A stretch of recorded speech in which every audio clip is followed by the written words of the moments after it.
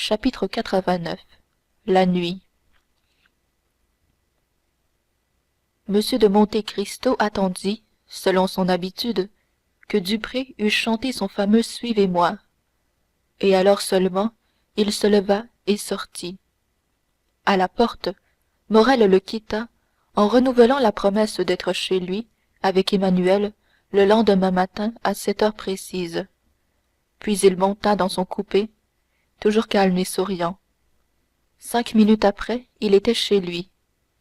Seulement, il eût fallu ne pas connaître le comte pour se laisser tromper à l'expression avec laquelle il dit en rentrant à Ali: Ali, mes pistolets à crosse d'ivoire. Ali apporta la boîte à son maître, et celui-ci se mit à examiner ses armes avec une sollicitude bien naturelle à un homme qui va confier sa vie à un peu de fer et de plomb.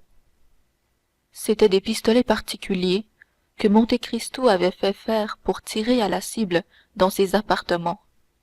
Une capsule suffisait pour chasser la balle, et de la chambre à côté, on n'aurait pas pu se douter que le comte, comme on dit en termes de tir, était occupé à s'entretenir la main.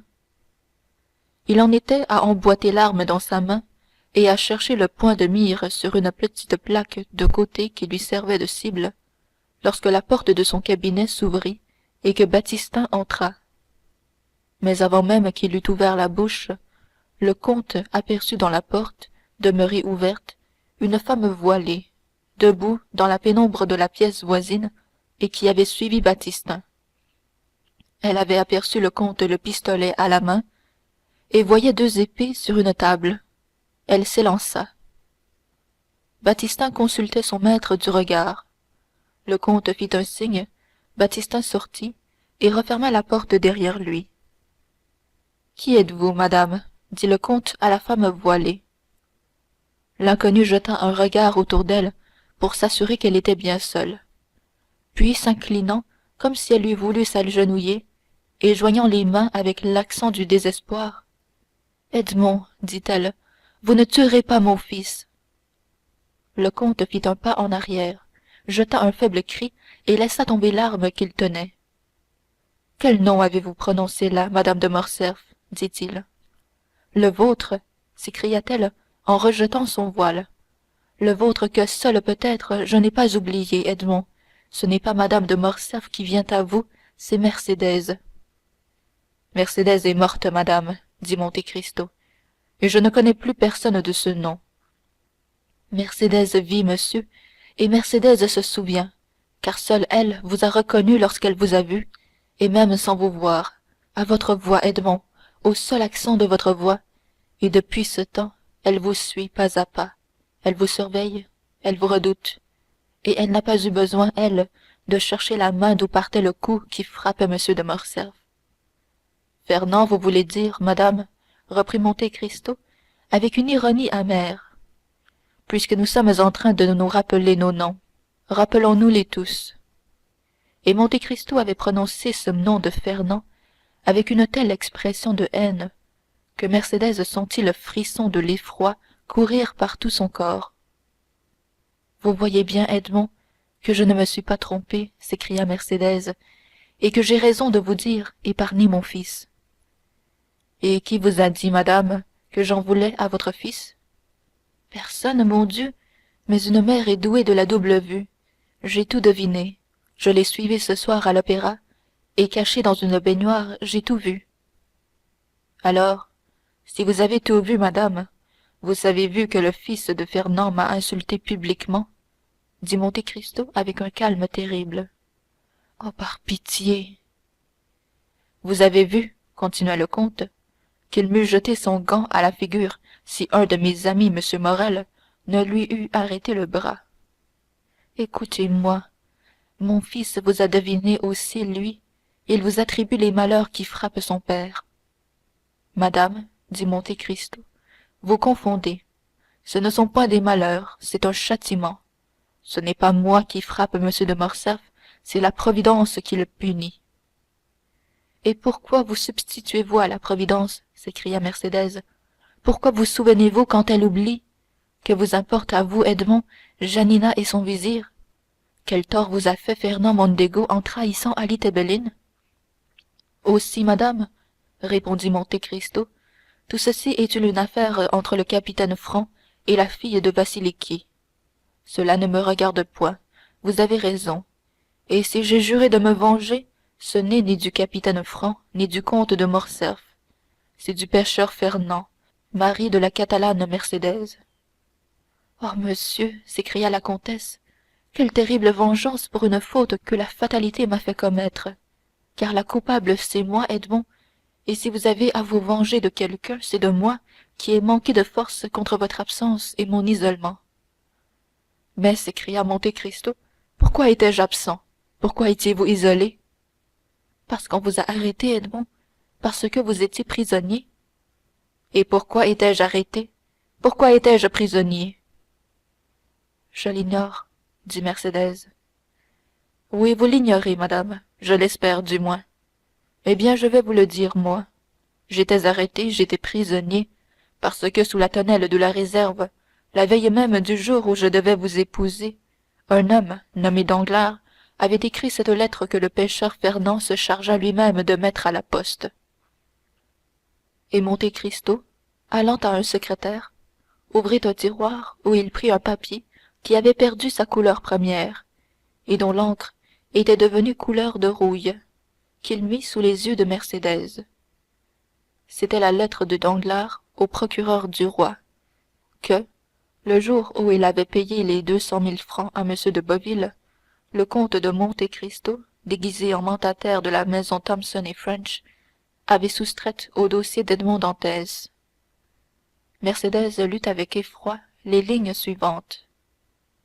Monsieur le procureur du roi est prévenu, par un ami du trône et de la religion, que le nommé Edmond Dantès, second du navire le Pharaon, arrivé ce matin de Smyrne, après avoir touché à Naples et à Porto-Ferrajo, a été chargé par Murat d'une lettre pour l'usurpateur, et par l'usurpateur d'une lettre pour le comité bonapartiste de Paris. On aura la preuve de ce crime en l'arrêtant, car on trouvera cette lettre ou sur lui, ou chez son père, ou dans sa cabine à bord du Pharaon. Oh mon Dieu, fit Mercédès en passant la main sur son front mouillé de sueur. Et cette lettre? Je l'ai achetée 200 000 francs, madame, dit Monte Cristo. Mais c'est bon marché encore, puisqu'elle me permet aujourd'hui de me disculper à vos yeux. Et le résultat de cette lettre? Vous le savez, madame, a été mon arrestation.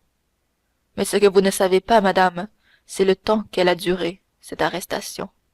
Ce que vous ne savez pas, c'est que je suis resté 14 ans à un quart de lieue de vous, dans un cachot du château d'If. Ce que vous ne savez pas, c'est que chaque jour de ces 14 ans, j'ai renouvelé le vœu de vengeance que j'avais fait le premier jour.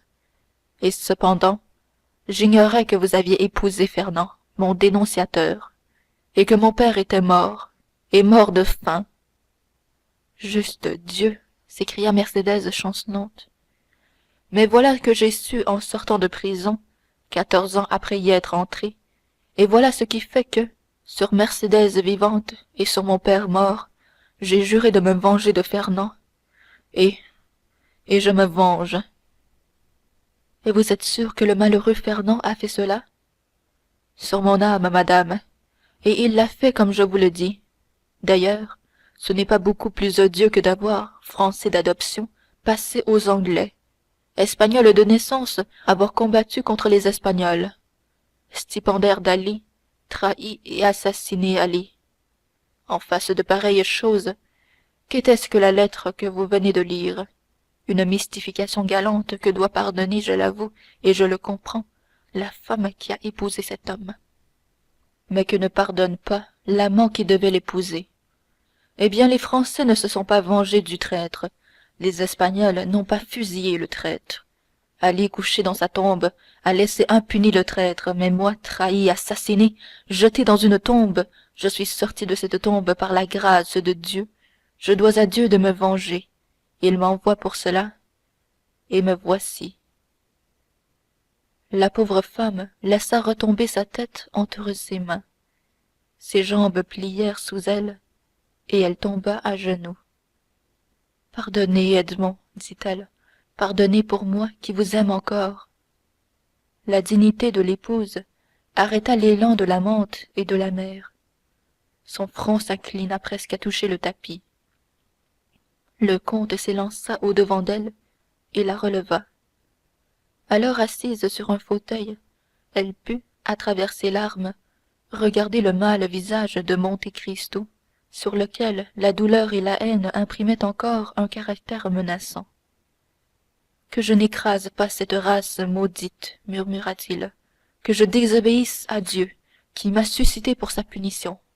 Impossible, madame, impossible. Edmond, dit la pauvre mère, essayant de tous les moyens. Mon Dieu, quand je vous appelle Edmond, pourquoi ne m'appelez-vous pas Mercédès? Mercédès, répéta Monte Cristo. Mercédès.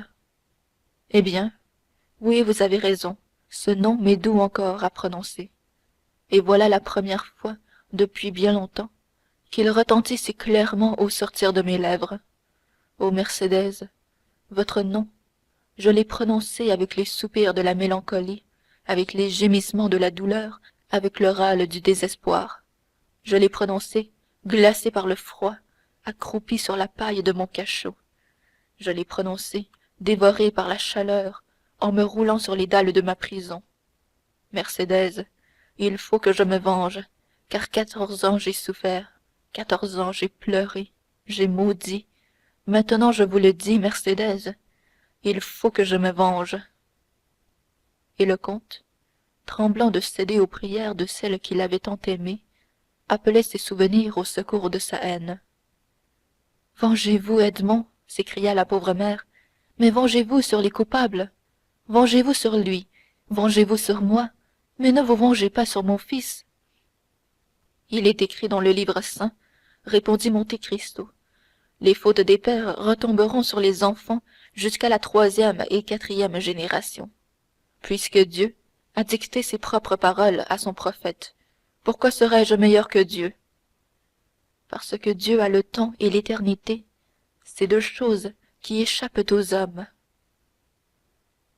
Monte Cristo poussa un soupir qui ressemblait à un rugissement, et saisit ses beaux cheveux à pleines mains. Edmond, continua Mercédès, les bras tendus vers le comte. Edmond, depuis que je vous connais, j'ai adoré votre nom, j'ai respecté votre mémoire. Edmond, mon ami, ne me forcez pas à ternir cette image noble et pure reflétée sans cesse dans le miroir de mon cœur. Edmond, si vous saviez toutes les prières que j'ai adressées pour vous à Dieu, tant que je vous ai espéré vivant, et depuis que je vous ai cru mort, oui, mort, hélas, je croyais votre cadavre enseveli au fond de quelque sombre tour, je croyais votre corps précipité au fond de quelqu'un de ces abîmes où les geôliers laissent rouler les prisonniers morts, et je pleurais. Moi, que pouvais-je pour vous, Edmond, sinon prier ou pleurer? Écoutez-moi, pendant 10 ans, j'ai fait chaque nuit le même rêve. On a dit que vous aviez voulu fuir, que vous aviez pris la place d'un prisonnier, que vous vous étiez glissé dans le suaire d'un mort, et qu'alors on avait lancé le cadavre vivant du haut en bas du château d'If, et que le cri que vous aviez poussé en vous brisant sur les rochers avait seul révélé la substitution à vos ensevelisseurs, devenus vos bourreaux. Eh bien, Edmond, je vous jure sur la tête de ce fils pour lequel je vous implore, Edmond, pendant 10 ans, j'ai vu chaque nuit des hommes qui balançaient quelque chose d'informe et d'inconnu au haut d'un rocher. Pendant 10 ans, chaque nuit, j'ai entendu un cri terrible qui m'a réveillée frissonnante et glacée. Et moi aussi, Edmond, oh croyez-moi, toute criminelle que je fusse, oh oui, moi aussi j'ai bien souffert. Avez-vous senti mourir votre père en votre absence? S'écria Monte Cristo, enfonçant ses mains dans ses cheveux. Avez-vous vu la femme que vous aimiez tendre sa main à son rival, tandis que vous râliez au fond du gouffre?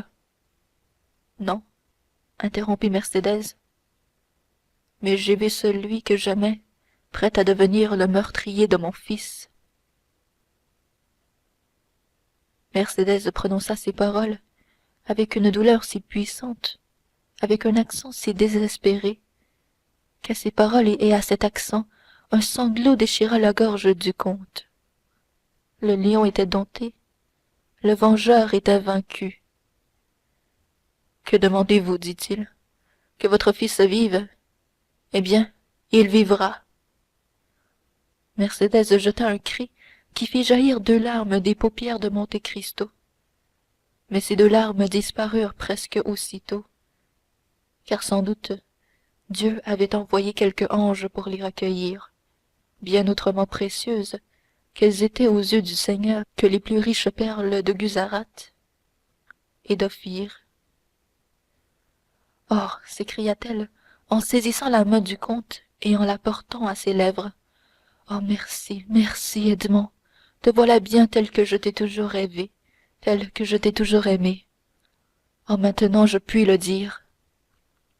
D'autant mieux, répondit Monte Cristo, que le pauvre Edmond n'aura pas longtemps à être aimé par vous. Le mort va rentrer dans la tombe, le fantôme va rentrer dans la nuit.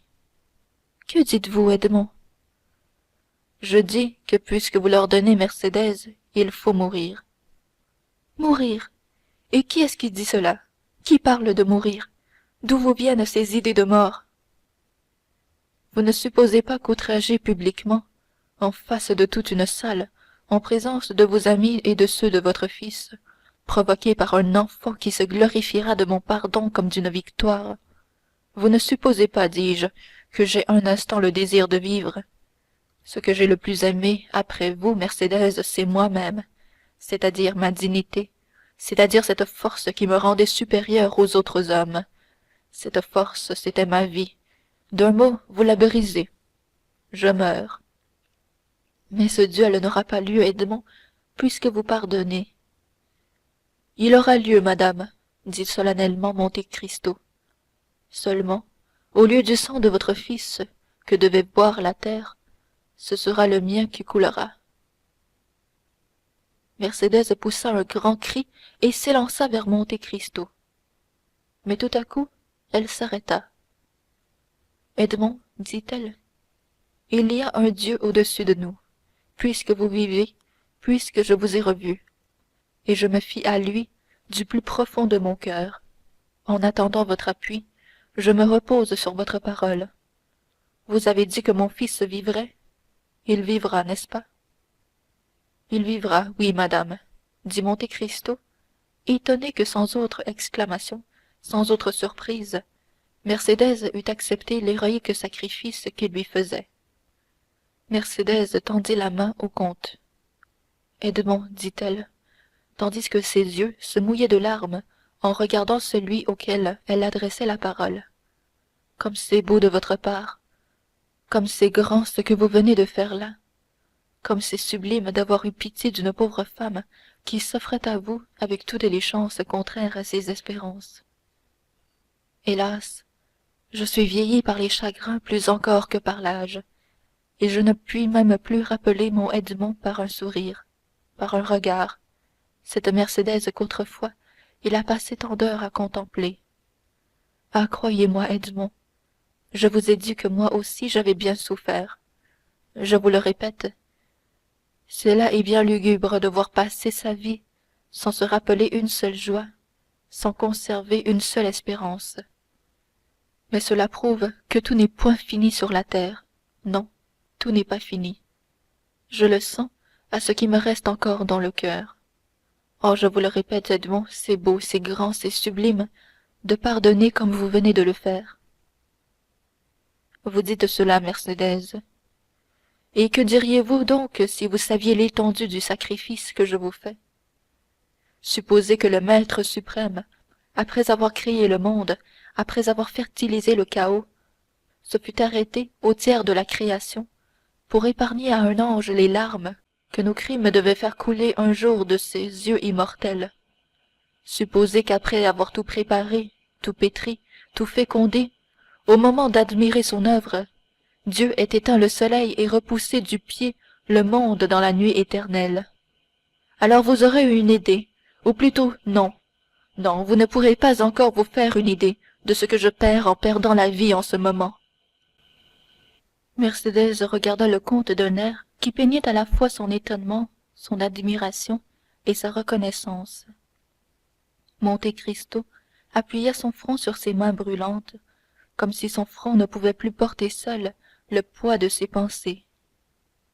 Edmond, dit Mercédès, je n'ai plus qu'un mot à vous dire. Le comte sourit amèrement. Edmond, continua-t-elle, vous verrez que si mon front est pâli, que si mes yeux sont éteints, que si ma beauté est perdue, que si Mercédès enfin ne ressemble plus à elle-même pour les traits du visage, vous verrez que c'est toujours le même cœur.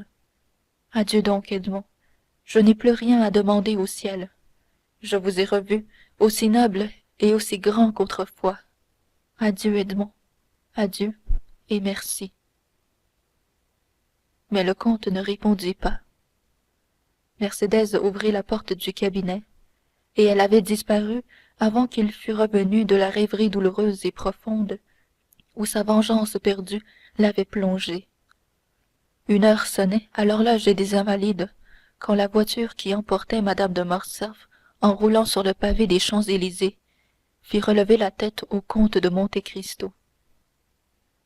Insensé, dit-il, le jour où j'avais résolu de me venger, de ne pas m'être arraché le cœur. Chapitre 90. La rencontre. Après le départ de Mercédès, tout retomba dans l'ombre chez Monte Cristo. Autour de lui et au-dedans de lui, sa pensée s'arrêta. Son esprit énergique s'endormit comme fait le corps après une suprême fatigue. Quoi, se disait-il, tandis que la lampe et les bougies se consumaient tristement et que les serviteurs attendaient avec impatience dans l'antichambre. Quoi, voilà l'édifice si lentement préparé, élevé avec tant de peine et de soucis, écroulé d'un seul coup, avec un seul mot, sous un seul souffle. Et quoi, ce moi que je croyais quelque chose, ce moi dont j'étais si fier, ce moi que j'avais vu si petit dans les cachots du château d'If et que j'avais su rendre si grand, sera demain un peu de poussière. Hélas, ce n'est point la mort du corps que je regrette. Cette destruction du principe vital n'est-elle point le repos où tout tend, où tout malheureux aspire, ce calme de la matière après lequel j'ai soupiré si longtemps, au-devant duquel je m'acheminais par la route douloureuse de la faim, quand Faria est apparu dans mon cachot? Qu'est-ce que la mort? 1 degré de plus dans le calme, et 2 peut-être dans le silence. Non, ce n'est donc pas l'existence que je regrette, c'est la ruine de mes projets si lentement élaborés, si laborieusement bâtis. La providence que j'avais crue pour eux était donc contre eux. Dieu ne voulait donc pas qu'il s'accomplisse. Ce fardeau que j'ai soulevé, presque aussi pesant qu'un monde, et que j'avais cru porter jusqu'au bout, était selon mon désir et non selon ma force, selon ma volonté et non selon mon pouvoir, et il me le faudra déposer à moitié de ma course. Oh, je redeviendrai donc fataliste, moi que 14 ans de désespoir et 10 ans d'espérance avaient rendu providentiel. Et tout cela, mon Dieu, parce que mon cœur que je croyais mort n'était qu'engourdi, parce qu'il s'est réveillé, parce qu'il a combattu, parce que j'ai cédé à la douleur de ce battement soulevé du fond de ma poitrine par la voix d'une femme. Et cependant, continua le comte, s'abîmant de plus en plus dans les prévisions de ce lendemain terrible qu'avait accepté Mercédès. Cependant, il est impossible que cette femme, qui a un si noble cœur, ait ainsi, par égoïsme, consenti à me laisser tuer, moi plein de force et d'existence. Il est impossible qu'elle pousse à ce point l'amour, ou plutôt le délire maternel. Il y a des vertus dont l'exagération serait un crime. Non, elle aura imaginé quelque scène pathétique, elle viendra se jeter entre les épées, et ce sera ridicule sur le terrain, de sublime que c'était ici. Et la rougeur de l'orgueil montait au front du comte. Ridicule, répéta-t-il, et le ridicule rejaillira sur moi. Moi ridicule. Allons, j'aime encore mieux mourir. Et à force de s'exagérer ainsi d'avance les mauvaises chances du lendemain, auxquelles il s'était condamné en promettant à Mercédès de laisser vivre son fils, le comte s'en vint à se dire: sottise, sottise, sottise! Que faire ainsi de la générosité en se plaçant comme un but inerte au bout du pistolet de ce jeune homme? Jamais il ne croira que ma mort est un suicide. Et cependant, il importe pour l'honneur de ma mémoire. Ce n'est point de la vanité, n'est-ce pas, mon Dieu, mais bien un juste orgueil, voilà tout. Il importe pour l'honneur de ma mémoire que le monde sache que j'ai consenti moi-même, par ma volonté, mon libre arbitre, à arrêter mon bras déjà levé pour frapper, et que de ce bras, si puissamment armé contre les autres, je me suis frappé moi-même. Il le faut, je le ferai. En saisissant une plume, il tira un papier de l'armoire secrète de son bureau et traça au bas de ce papier, qui n'était autre chose que son testament fait depuis son arrivée à Paris, une espèce de codicille dans lequel il faisait comprendre sa mort aux gens les moins clairvoyants.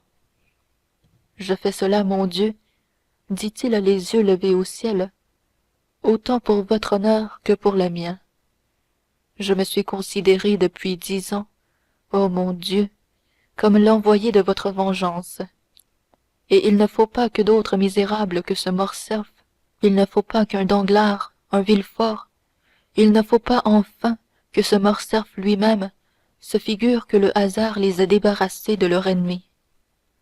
Qu'ils sachent au contraire que la Providence, qui avait déjà décrété leur punition, a été corrigée par la seule puissance de ma volonté, que le châtiment évité dans ce monde les attend dans l'autre, et qu'ils n'ont échangé le temps que contre l'éternité. Tandis qu'il flottait entre ces sombres incertitudes, mauvais rêves de l'homme éveillé par la douleur, le jour vint blanchir les vitres et éclairer sous ses mains le pâle papier azur sur lequel il venait de tracer cette suprême justification de la Providence. Il était 5 heures du matin. Tout à coup, un léger bruit parvint à son oreille. Monte Cristo crut avoir entendu quelque chose comme un soupir étouffé.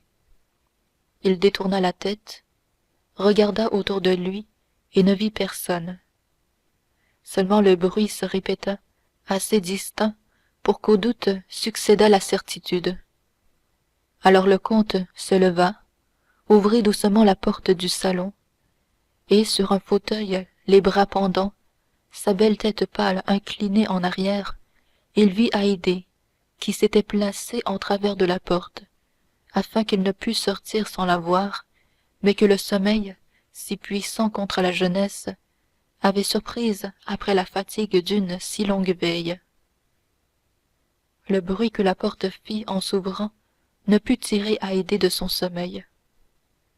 Monte Cristo arrêta sur elle un regard plein de douceur et de regret. Elle s'est souvenue qu'elle avait un fils, dit-il, et moi j'ai oublié que j'avais une fille. Puis, secouant tristement la tête, pauvre Haydée, dit-il, elle a voulu me voir, elle a voulu me parler, elle a craint ou deviné quelque chose. Oh, je ne puis partir sans lui dire adieu, je ne puis mourir sans la confier à quelqu'un. Et il regagna doucement sa place et écrivit au bas des premières lignes: je lègue à Maximilien Morrel, capitaine de Spahis et fils de mon ancien patron, Pierre Morrel, armateur de Marseille, la somme de 20 millions, dont une partie sera offerte par lui à sa sœur Julie et à son beau-frère Emmanuel, s'il ne croit pas toutefois que ce surplus de fortune doive nuire à leur bonheur. Ces 20 millions sont enfouis dans ma grotte de Monte Cristo, dont Bertuccio sait le secret. Si son cœur est libre, et qu'il veuille épouser Haydée, fille d'Ali, pacha de Janina, que j'ai élevée avec l'amour d'un père et qui a eu pour moi la tendresse d'une fille, il accomplira, je ne dirai point ma dernière volonté, mais mon dernier désir.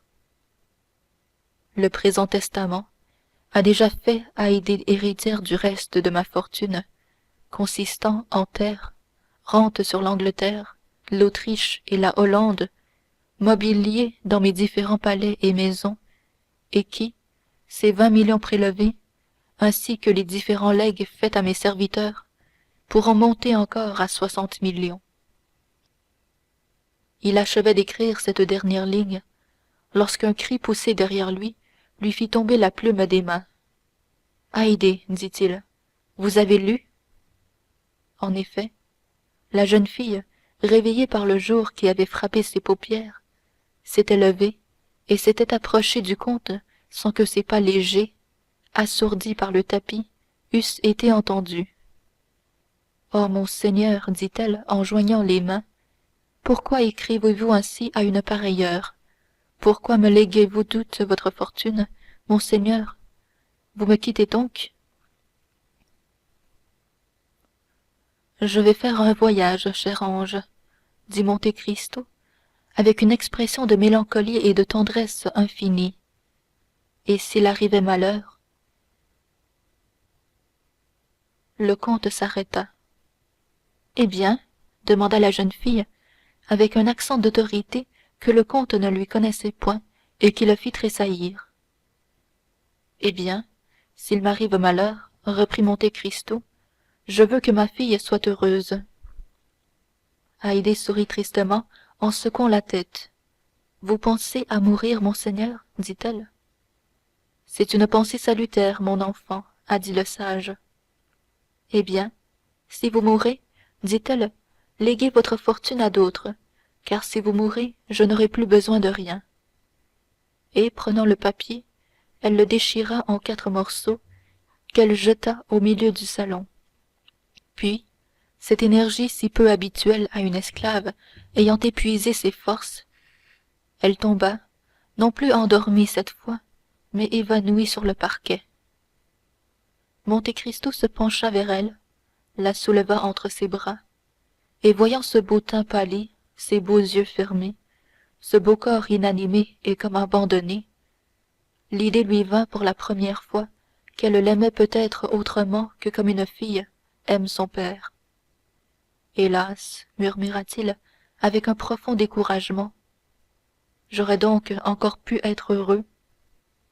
Puis il porta Haydée jusqu'à son appartement, la remit toujours évanouie aux mains de ses femmes, et rentrant dans son cabinet, qu'il ferma cette fois vivement sur lui, il recopia le testament détruit. Comme il achevait, le bruit d'un cabriolet entrant dans la cour se fit entendre. Monte Cristo s'approcha de la fenêtre et vit descendre Maximilien et Emmanuel. Bon, dit-il, il était temps. Et il cacheta son testament d'un triple cachet. Un instant après, il entendit un bruit de pas dans le salon et alla ouvrir lui-même. Morrel parut sur le seuil. Il avait devancé l'heure de près de 20 minutes.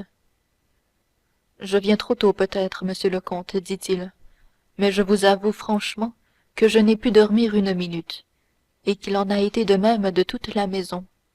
J'avais besoin de vous voir fort de votre courageuse assurance pour redevenir moi-même.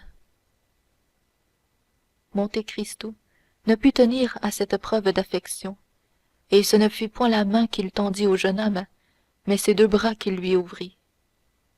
Morrel, lui dit-il d'une voix émue, c'est un beau jour pour moi que celui où je me sens aimé d'un homme comme vous. Bonjour, monsieur Emmanuel. Vous venez donc avec moi, Maximilien? Pardieu, dit le jeune capitaine, en avez-vous douté? Mais cependant, si j'avais tort... Écoutez, je vous ai regardé hier pendant toute cette scène de provocation. J'ai pensé à votre assurance toute cette nuit, et je me suis dit que la justice devait être pour vous, ou qu'il n'y avait plus aucun fond à faire sur le visage des hommes. Cependant, Morrel, Albert est votre ami? Une simple connaissance, comte. Vous l'avez vu pour la première fois le jour même que vous m'avez vu? Oui, c'est vrai. Que voulez-vous? Il faut que vous me le rappeliez pour que je m'en souvienne. Merci, Morrel. Puis, frappant un coup sur le timbre. Tiens, dit-il à Ali, qui apparut aussitôt, fais porter cela chez mon notaire, c'est mon testament, Morrel. Moi mort, vous irez en prendre connaissance. Comment? S'écria Morrel. Vous mort? Et ne faut-il pas tout prévoir, cher ami? Mais qu'avez-vous fait hier après m'avoir quitté? J'ai été chez Tortoni, où, comme je m'y attendais, j'ai trouvé Beauchamp et Château Renaud. Je vous avoue que je les cherchais. Pourquoi faire, puisque tout cela était convenu? Écoutez, comte, l'affaire est grave, inévitable. En doutiez-vous? Non. L'offense a été publique, et chacun en parlait déjà. Eh bien? Eh bien, j'espérais faire changer les armes, substituer l'épée au pistolet. Le pistolet est aveugle. Avez-vous réussi? Demanda vivement Monte Cristo avec une imperceptible lueur d'espoir. Non, car on connaît votre force à l'épée. Bah, qui m'a donc trahi? Les maîtres d'armes que vous avez battus. Et vous avez échoué? Ils m'ont refusé positivement. Morrel, dit le comte, m'avez-vous jamais vu tirer le pistolet? Jamais. Eh bien, nous avons le temps. Regardez. Monte Cristo prit les pistolets qu'il tenait quand Mercédès était entrée, et collant un as de trèfle contre la plaque, en 4 coups, il enleva successivement les 4 branches du trèfle. À chaque coup, Morrel pâlissait. Il examina les balles avec lesquelles Monte Cristo exécutait ce tour de force, et il vit qu'elles n'étaient pas plus grosses que des chevrotines. C'est effrayant, dit-il. Voyez donc, Emmanuel. Puis, se retournant vers Monte Cristo, comte, dit-il, au nom du ciel, ne tuez pas Albert. Le malheureux a une mère. C'est juste, dit Monte Cristo, et moi je n'en ai pas. Ces mots furent prononcés avec un ton qui fit frissonner Morrel. Vous êtes l'offensé, comte. Sans doute. Qu'est-ce que cela veut dire? Cela veut dire que vous tirez le premier. Je tire le premier? Oh, cela, je l'ai obtenu, ou plutôt exigé. Nous leur faisons assez de concessions pour qu'ils nous fissent celle-là. Et à combien de pas? À 20. Un effrayant sourire passa sur les lèvres du comte. Morrel, dit-il, n'oubliez pas ce que vous venez de voir. Aussi, dit le jeune homme, je ne compte que sur votre émotion pour sauver Albert. Moi, ému, dit Monte Cristo. Ou sur votre générosité, mon ami. Sûr de votre coup comme vous l'êtes, je puis vous dire une chose qui serait ridicule si je la disais à un autre. Laquelle? Cassez-lui un bras, blessez-le, mais ne le tuez pas. Morrel, écoutez encore ceci, dit le comte. Je n'ai pas besoin d'être encouragé à ménager M. de Morcerf. M. de Morcerf, je vous l'annonce d'avance, sera si bien ménagé qu'il reviendra tranquillement avec ses 2 amis. Tandis que moi... Eh bien, vous? Oh, c'est autre chose. On me rapportera, moi. Allons donc, s'écria Maximilien hors de lui. C'est comme je vous l'annonce, mon cher Morrel. Monsieur de Morcerf me tuera. Morrel regarda le comte en homme qui ne comprend plus. Que vous est-il donc arrivé depuis hier soir, comte? Ce qui est arrivé à Brutus la veille de la bataille de Philippe. J'ai vu un fantôme. Et ce fantôme? Ce fantôme, Morrel, m'a dit que j'avais assez vécu. Maximilien et Emmanuel se regardèrent. Monte Cristo tira sa montre. Partons, dit-il. Il est 7h05, et le rendez-vous est pour 8 heures juste. Une voiture attendait, tout attelée. Monte Cristo y monta avec ses 2 témoins. En traversant le corridor, Monte Cristo s'était arrêté pour écouter devant une porte. Et Maximilien et Emmanuel, qui par discrétion avaient fait quelques pas en avant, crurent entendre répondre à un sanglot par un soupir. À 8 heures sonnantes, on était au rendez-vous. Nous voici arrivés, dit Morrel, en passant la tête par la portière, et nous sommes les premiers. Monsieur m'excusera, dit Baptistin, qui avait suivi son maître avec une terreur indicible, mais je crois apercevoir là-bas une voiture sous les arbres. En effet, dit Emmanuel, j'aperçois deux jeunes gens qui se promènent et semblent attendre. Monte Cristo sauta légèrement en bas de sa calèche et donna la main à Emmanuel et à Maximilien pour les aider à descendre. Maximilien retint la main du comte entre les siennes. À la bonne heure, dit-il. Voici une main comme j'aime la voir à un homme dont la vie repose dans la bonté de sa cause. Monte Cristo tira Morrel, non pas à part, mais d'un pas ou deux en arrière de son beau-frère. Maximilien, lui demanda-t-il, avez-vous le cœur libre? Morrel regarda Monte Cristo avec étonnement. Je ne vous demande pas une confidence, cher ami. Je vous adresse une simple question. Répondez oui ou non. C'est tout ce que je vous demande. J'aime une fille, comte. Vous l'aimez beaucoup? Plus que ma vie. Allons, dit Monte Cristo. Voilà encore une espérance qui m'échappe. Puis, avec un soupir, pauvre Haydée, murmura-t-il. En vérité, comte, s'écria Morrel, si je vous connaissais moins, je vous croirais moins brave que vous n'êtes. Parce que je pense à quelqu'un que je vais quitter, et que je soupire. Allons donc, Morrel. Est-ce à un soldat de se connaître si mal en courage? Est-ce que c'est la vie que je regrette? Qu'est-ce que cela me fait à moi qui ai passé 20 ans entre la vie et la mort, de vivre ou de mourir? D'ailleurs, soyez tranquille, Morrel, cette faiblesse, si c'en est une, est pour vous seul. Je sais que le monde est un salon dont il faut sortir poliment et honnêtement, c'est-à-dire en saluant et en payant ses dettes de jeu. À la bonne heure, dit Morrel, voilà qui est parlé. À propos, avez-vous apporté vos armes? Moi? Pourquoi faire? J'espère bien que ces messieurs auront les leurs. Je vais m'en informer, dit Morrel. Oui, mais pas de négociation, vous m'entendez? Oh, soyez tranquille. Morrel s'avança vers Beauchamp et Château Renaud. Ceux-ci, voyant le mouvement de Maximilien, firent quelques pas au-devant de lui. Les trois jeunes gens se saluèrent, sinon avec affabilité, du moins avec courtoisie. Pardon, messieurs, dit Morrel, mais je n'aperçois pas M. de Morcerf. Ce matin, répondit Château Renaud, il nous a fait prévenir qu'il nous rejoindrait sur le terrain seulement. Ah, fit Morrel. Beauchamp tira sa montre. 8h05. Il n'y a pas de temps de perdu, monsieur Morrel, dit-il. Oh, répondit Maximilien, ce n'est point dans cette intention que je le disais. D'ailleurs, interrompit Château Renaud, voici une voiture. En effet, une voiture s'avançait au grand trot par une des avenues aboutissant au carrefour où l'on se trouvait. Messieurs, dit Morrel, sans doute que vous vous êtes munis de pistolets. Monsieur de Monte Cristo déclare renoncer au droit qu'il avait de se servir des siens.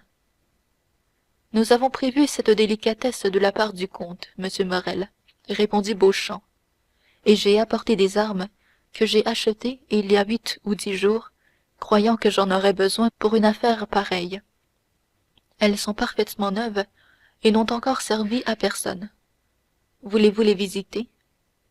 Oh, monsieur Beauchamp, dit Morrel en s'inclinant, lorsque vous m'assurez que monsieur de Morcerf ne connaît point ces armes, vous pensez bien, n'est-ce pas, que votre parole me suffit?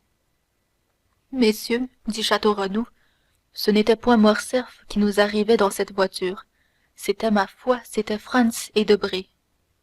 En effet, les deux jeunes gens annoncés s'avancèrent. Vous ici, messieurs, dit Château Renaud, en échangeant avec chacun une poignée de main, et par quel hasard? Parce que, dit Debray, Albert nous a fait prier ce matin de nous trouver sur le terrain. Beauchamp et Château Renaud se regardèrent d'un air étonné. Messieurs, dit Morrel, je crois comprendre. Voyons. Hier, dans l'après-midi, j'ai reçu une lettre de M. de Morcerf qui me priait de me trouver à l'opéra. Et moi aussi, dit Debray. Et moi aussi, dit Franz. Et nous aussi, dirent Château Renaud et Beauchamp. Il voulait que vous fussiez présent à la provocation, dit Morrel. Il veut que vous soyez présent au combat. Oui, dirent les jeunes gens, c'est cela, monsieur Maximilien, et, selon toute probabilité, vous avez deviné juste. Mais avec tout cela, murmura Château Renaud, Albert ne vient pas. Il est en retard de 10 minutes. Le voilà, dit Beauchamp, il est à cheval. Tenez, il vient ventre à terre suivi de son domestique. Quelle imprudence, dit Château Renaud, de venir à cheval pour se battre au pistolet. Et moi qui lui avais si bien fait la leçon. Et puis, voyez, dit Beauchamp, avec un col à sa cravate, avec un habit ouvert, avec un gilet blanc, que ne s'est-il fait tout de suite dessiner une mouche sur l'estomac? C'eût été plus simple et plus tôt fini. Pendant ce temps, Albert était arrivé à 10 pas du groupe que formaient les 5 jeunes gens. Il arrêta son cheval, sauta à terre et jeta la bride au bras de son domestique. Albert s'approcha. Il était pâle, ses yeux étaient rougis et gonflés, on voyait qu'il n'avait pas dormi une seconde de toute la nuit. Il y avait, répandue sur toute sa physionomie, une nuance de gravité triste qui ne lui était pas habituelle. Merci, messieurs, dit-il, d'avoir bien voulu vous rendre à mon invitation. Croyez que je vous suis on ne peut plus reconnaissant à cette marque d'amitié. Morrel, à l'approche de Morcerf, avait fait une dizaine de pas en arrière et se trouvait à l'écart. Et à vous aussi, monsieur Morrel, dit Albert, mes remerciements vous appartiennent. Approchez donc, vous n'êtes pas de trop. Monsieur, dit Maximilien, vous ignorez peut-être que je suis le témoin de M. de Monte Cristo. Je n'en étais pas sûr, mais je m'en doutais. Tant mieux, plus il y aura d'hommes d'honneur ici, plus je serai satisfait. Monsieur Morrel, dit Château Renaud, vous pouvez annoncer à monsieur le comte de Monte Cristo que monsieur de Morcerf est arrivé et que nous nous tenons à sa disposition. Morrel fit un mouvement pour s'acquitter de sa commission. Beauchamp, en même temps, tira la boîte de pistolet de la voiture. Attendez, messieurs, dit Albert, j'ai 2 mots à dire à monsieur le comte de Monte Cristo. En particulier, demanda Morrel. Non, monsieur, devant tout le monde. Les témoins d'Albert se regardèrent tout surpris. Franz et Debray échangèrent quelques paroles à voix basse, et Morrel, joyeux de cet incident inattendu, alla chercher le comte, qui se promenait dans une contre-allée avec Emmanuel. Que me veut-il demanda Monte Cristo. Je l'ignore, mais il demande à vous parler. Oh, dit Monte Cristo, qu'il ne tente pas Dieu par quelque nouvel outrage. Je ne crois pas que ce soit son intention, dit Morrel. Le comte s'avança, accompagné de Maximilien et d'Emmanuel. Son visage calme et plein de sérénité faisait une étrange opposition avec le visage bouleversé d'Albert, qui s'approchait de son côté, suivi des 4 jeunes gens. À 3 pas l'un de l'autre, Albert et le comte s'arrêtèrent. Messieurs, dit Albert, approchez-vous. Je désire que pas un mot de ce que je vais avoir l'honneur de dire à monsieur le comte de Monte Cristo ne soit perdu, car ce que je vais avoir l'honneur de lui dire doit être répété par vous à qui voudra l'entendre, si étrange que mon discours vous paraisse. J'attends, monsieur, dit le comte. Monsieur, dit Albert, d'une voix tremblante d'abord, mais qui s'assura de plus en plus. Monsieur, je vous reprochais d'avoir divulgué la conduite de M. de Morcerf en Épire, car si coupable que fût M. le comte de Morcerf, je ne croyais pas que ce fût vous qui eussiez le droit de le punir. Mais aujourd'hui, monsieur, je sais que ce droit vous est acquis. Ce n'est point la trahison de Fernand Mondego envers Ali Pacha qui me rend si prompte à vous excuser. C'est la trahison du pécheur Fernand envers vous. Ce sont les malheurs inouïs qui ont été la suite de cette trahison. Aussi je le dis, aussi je le proclame tout haut, oui, monsieur, vous avez eu raison de vous venger de mon père, et moi, son fils, je vous remercie de n'avoir pas fait plus. La foudre, tombé au milieu des spectateurs de cette scène inattendue, ne les eût pas plus étonnés que cette déclaration d'Albert. Quant à Monte Cristo, ses yeux étaient lentement levés au ciel avec une expression de reconnaissance infinie, et il ne pouvait assez admirer comment cette nature fougueuse d'Albert, dont il avait assez connu le courage au milieu des bandits romains, s'était tout à coup pliée à cette sublime humiliation. Aussi reconnut-il l'influence de Mercédès, et comprit-il comment ce noble cœur ne s'était pas opposé au sacrifice qu'elle savait d'avance devoir être inutile. Maintenant, monsieur, dit Albert, si vous trouvez que les excuses que je viens de vous faire sont suffisantes, votre main, je vous prie. Après le mérite si rare de l'infaillibilité qui semble être le vôtre, le premier de tous les mérites, à mon avis, est de savoir avouer ses torts. Mais cet aveu me regarde seul. J'agissais bien selon les hommes, mais vous agissiez bien selon Dieu. Un ange seul pouvait sauver l'un de nous de la mort, et l'ange est descendu du ciel. Sinon pour faire de nous deux amis, hélas, la fatalité rend la chose impossible, mais tout au moins deux hommes qui s'estiment. Monte Cristo, l'œil humide, la poitrine haletante, la bouche entr'ouverte, tendit à Albert une main que celui-ci saisit et pressa avec un sentiment qui ressemblait à un respectueux effroi. Messieurs, dit-il, monsieur de Monte Cristo veut bien agréer mes excuses. J'avais agi précipitamment envers lui. La précipitation est mauvaise conseillère. J'avais mal agi. Maintenant ma faute est réparée. J'espère bien que le monde ne me tiendra point pour lâche parce que j'ai fait ce que ma conscience m'a ordonné de faire. Mais en tout cas, si l'on se trompait sur mon compte, ajouta le jeune homme, en relevant la tête avec fierté, comme s'il adressait un défi à ses amis et à ses ennemis, je tâcherai de redresser les opinions. Que s'est-il donc passé cette nuit demanda Beauchamp à Château Renaud. Il me semble que nous jouons ici un triste rôle. En effet, ce qu'Albert vient de faire est bien misérable ou bien beau, répondit le baron. Ah, voyons, demanda Debray à Franz. Qu'est-ce que cela veut dire? Comment? Le comte de Monte Cristo déshonore monsieur de Morcerf, et il a eu raison aux yeux de son fils. Mais, eussé-je 10 Janina dans ma famille, je ne me croirais obligé qu'à une chose, ce serait de me battre 10 fois.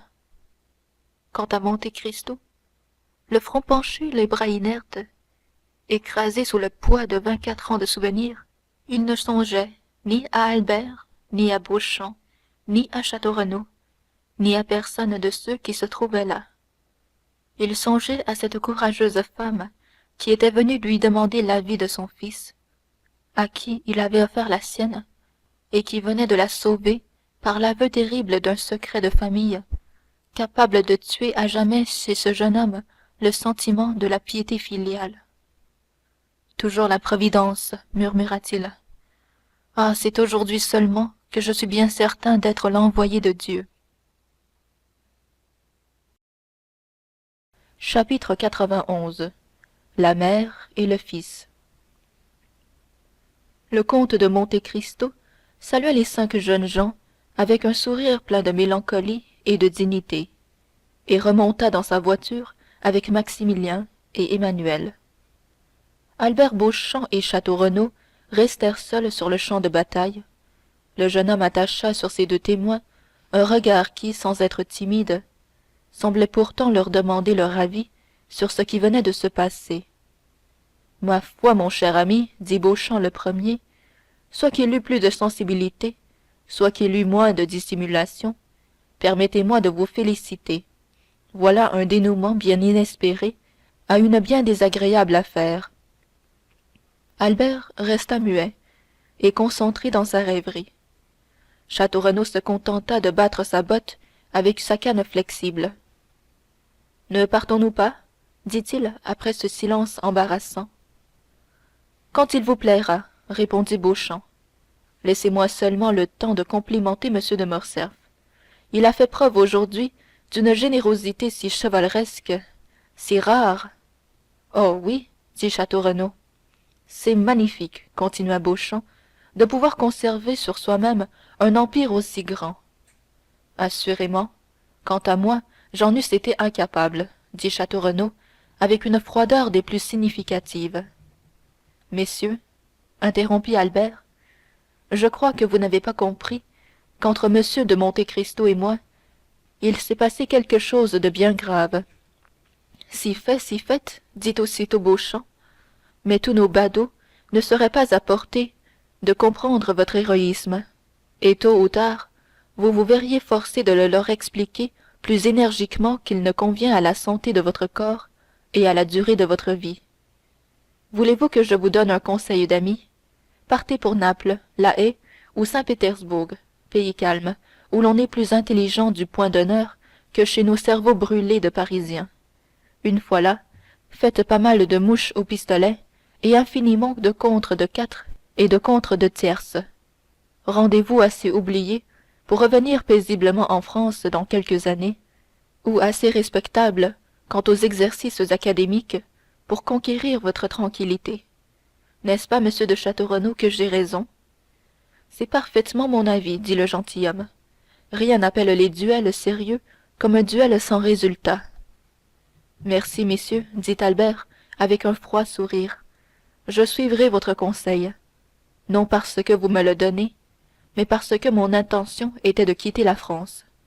Je vous remercie également du service que vous m'avez rendu en me servant de témoin. Il est bien profondément gravé dans mon cœur, puisque, après les paroles que je viens d'entendre, je ne me souviens plus que de lui. Château Renaud et Beauchamp se regardèrent.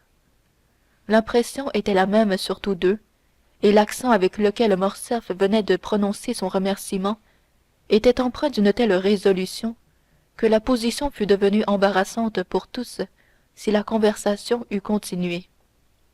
Adieu, Albert, fit tout à coup Beauchamp en tendant négligemment la main au jeune homme, sans que celui-ci parût sortir de sa léthargie. En effet, il ne répondit rien à l'offre de cette main. Adieu, dit à son tour Château Renaud, gardant à la main gauche sa petite canne et saluant de la main droite. Les lèvres d'Albert murmurèrent à peine adieu. Son regard était plus explicite. Il renfermait tout un poème de colère contenue, de fier dédain, de généreuse indignation. Lorsque ces deux témoins furent remontés en voiture, il garda quelque temps sa pose immobile et mélancolique, puis soudain, détachant son cheval du petit arbre autour duquel son domestique avait noué le bidon, il sauta légèrement en selle et reprit au galop le chemin de Paris. Un quart d'heure après, il rentrait à l'hôtel de la rue du Helder. En descendant de cheval, il lui sembla, derrière le rideau de la chambre à coucher du comte, apercevoir le visage pâle de son père. Albert détourna la tête avec un soupir et rentra dans son petit pavillon. Arrivé là, il jeta un dernier regard sur toutes ces richesses qui lui avaient fait la vie si douce et si heureuse depuis son enfance.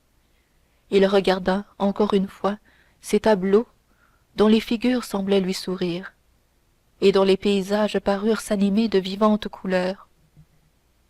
Puis il enleva de son châssis de chêne le portrait de sa mère, qu'il roula, laissant vide et noir le cadre d'or qui l'entourait. Puis il mit en ordre ses belles armes turques, ses beaux fusils anglais, ses porcelaines japonaises, ses coupes montées, ses bronzes artistiques, signés feu cher ou Barise, visita les armoires et plaça les clefs à chacune d'elles, jeta dans un tiroir de son secrétaire, qu'il laissa ouvert, tout l'argent de poche qu'il avait sur lui, y joignit les 1000 bijoux de fantaisie qui peuplaient ses coupes, ses écrins, ses étagères. Il fit un inventaire exact et précis de tout, et plaça cet inventaire à l'endroit le plus apparent d'une table, après avoir débarrassé cette table des livres et des papiers qui l'encombraient. Au commencement de ce travail, son domestique, malgré l'ordre que lui avait donné Albert de le laisser seul, était entré dans sa chambre. « Que voulez-vous » lui demanda Morcerf d'un accent plus triste que courroucé. « Pardon, monsieur, dit le valet de chambre, monsieur m'avait bien défendu de le déranger, c'est vrai, mais monsieur le comte de Morcerf m'a fait appeler. Eh bien? Demanda Albert. Je n'ai pas voulu me rendre chez monsieur le comte sans prendre les ordres de monsieur. Pourquoi cela? Parce que monsieur le comte sait sans doute que j'ai accompagné monsieur sur le terrain. C'est probable, dit Albert. Et s'il me fait demander, c'est sans doute pour m'interroger sur ce qui s'est passé là-bas. Que dois-je répondre? La vérité. Alors je dirai que la rencontre n'a pas eu lieu. Vous direz que j'ai fait des excuses à monsieur le comte de Monte Cristo. Allez. Le valet s'inclina et sortit. Albert s'était alors remis à son inventaire. Comme il terminait ce travail, le bruit de chevaux piétinant dans la cour et les roues d'une voiture ébranlant les vitres attira son attention. Il s'approcha de la fenêtre et vit son père monter dans sa calèche et partir. À peine la porte de l'hôtel fut-elle refermée derrière le comte qu'Albert se dirigea vers l'appartement de sa mère, et comme personne n'était là pour l'annoncer, il pénétra jusqu'à la chambre de Mercédès, et le cœur gonflé de ce qu'il voyait et de ce qu'il devinait, il s'arrêta sur le seuil. Comme si la même âme eût animé ces deux corps, Mercédès faisait chez elle ce qu'Albert venait de faire chez lui. Tout était mis en ordre, les dentelles, les parures, les bijoux, le linge, l'argent, allaient se ranger au fond des tiroirs, dont la comtesse assemblait soigneusement les clefs.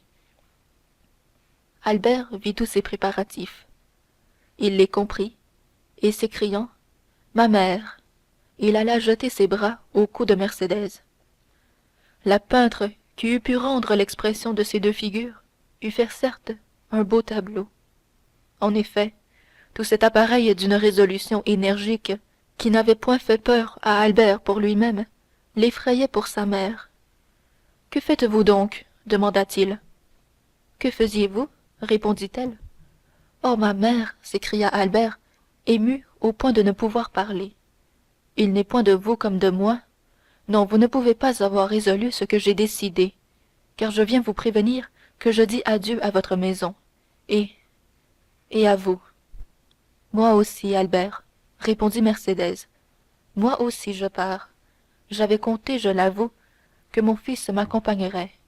Me suis-je trompé?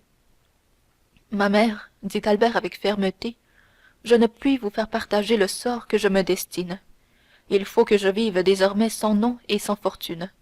Il faut, pour commencer l'apprentissage de cette rude existence, que j'emprunte à un ami le pain que je mangerai d'ici au moment où j'en gagnerai d'autres.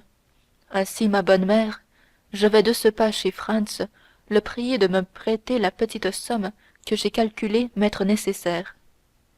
Toi, mon pauvre enfant, s'écria Mercédès, toi, souffrir de la misère, souffrir de la faim, oh, ne dis pas cela, tu briserais toutes mes résolutions. Mais non pas les miennes, ma mère, répondit Albert. Je suis jeune, je suis fort, je crois que je suis brave, et depuis hier, j'ai appris ce que peut la volonté. Hélas, ma mère, il y a des gens qui ont tant souffert, et qui non seulement ne sont pas morts, mais qui encore ont édifié une nouvelle fortune sur la ruine de toutes les promesses de bonheur que le ciel leur avait faites, sur les débris de toutes les espérances que Dieu leur avait données. J'ai appris cela, ma mère, j'ai vu ces hommes, je sais que du fond de l'abîme où les avait plongés leur ennemi, ils se sont relevés avec tant de vigueur et de gloire qu'ils ont dominé leur ancien vainqueur et l'ont précipité à leur tour. Non, ma mère, non. J'ai rompu, à partir d'aujourd'hui, avec le passé, et je n'en accepte plus rien, pas même mon nom, parce que vous le comprenez, vous, n'est-ce pas, ma mère, votre fils ne peut porter le nom d'un homme qui doit rougir devant un autre homme. Albert, mon enfant, dit Mercédès, si j'avais eu un cœur plus fort, c'est là le conseil que je t'eusse donné.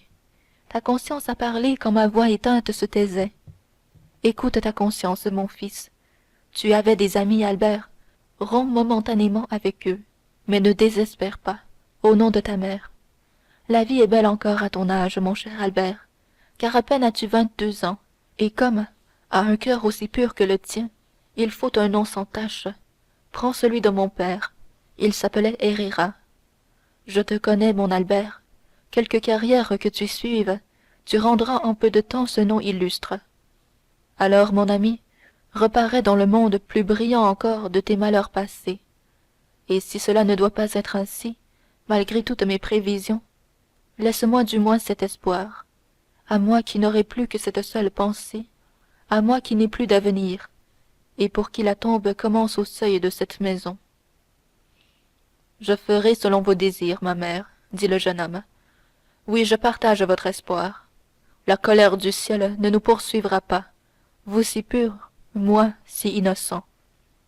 Mais puisque nous sommes résolus, agissons promptement. Monsieur de Morcerf a quitté l'hôtel voilà une demi-heure à peu près. L'occasion, comme vous le voyez, est favorable pour éviter le bruit et l'explication. Je vous attends, mon fils, dit Mercédès. Albert courut aussitôt jusqu'au boulevard, d'où il ramena un fiacre qui devait les conduire hors de l'hôtel. Il se rappelait certaines petites maisons garnies dans la rue des Saints-Pères, où sa mère trouverait un logement modeste, mais décent. Il revint donc chercher la comtesse. Au moment où le fiacre s'arrêta devant la porte, et comme Albert en descendait, un homme s'approcha de lui et lui remit une lettre. Albert reconnut l'intendant. Du comte, dit Bertuccio. Albert prit la lettre, l'ouvrit, la lut. Après l'avoir lue, il chercha des yeux Bertuccio, mais pendant que le jeune homme lisait, Bertuccio avait disparu. Alors Albert, les larmes aux yeux, la poitrine toute gonflée d'émotion, rentra chez Mercédès et, sans prononcer une parole, lui présenta la lettre. Mercédès lut. Albert, en vous montrant que j'ai pénétré le projet auquel vous êtes sur le point de vous abandonner, je crois vous montrer aussi que je comprends la délicatesse. Vous voilà libre, vous quittez l'hôtel du comte, et vous allez retirer chez vous votre mère, libre comme vous. Mais réfléchissez-y, Albert, vous lui devez plus que vous ne pouvez lui payer, pauvre noble cœur que vous êtes. Gardez pour vous la lutte, réclamez pour vous la souffrance, mais épargnez-lui cette première misère qui accompagnera inévitablement vos premiers efforts, car elle ne mérite pas même le reflet du malheur qui la frappe aujourd'hui, et la Providence ne veut pas que l'innocent paie pour le coupable. Je sais que vous allez quitter tous deux la maison de la rue du Helder sans rien emporter. Comment je l'ai appris?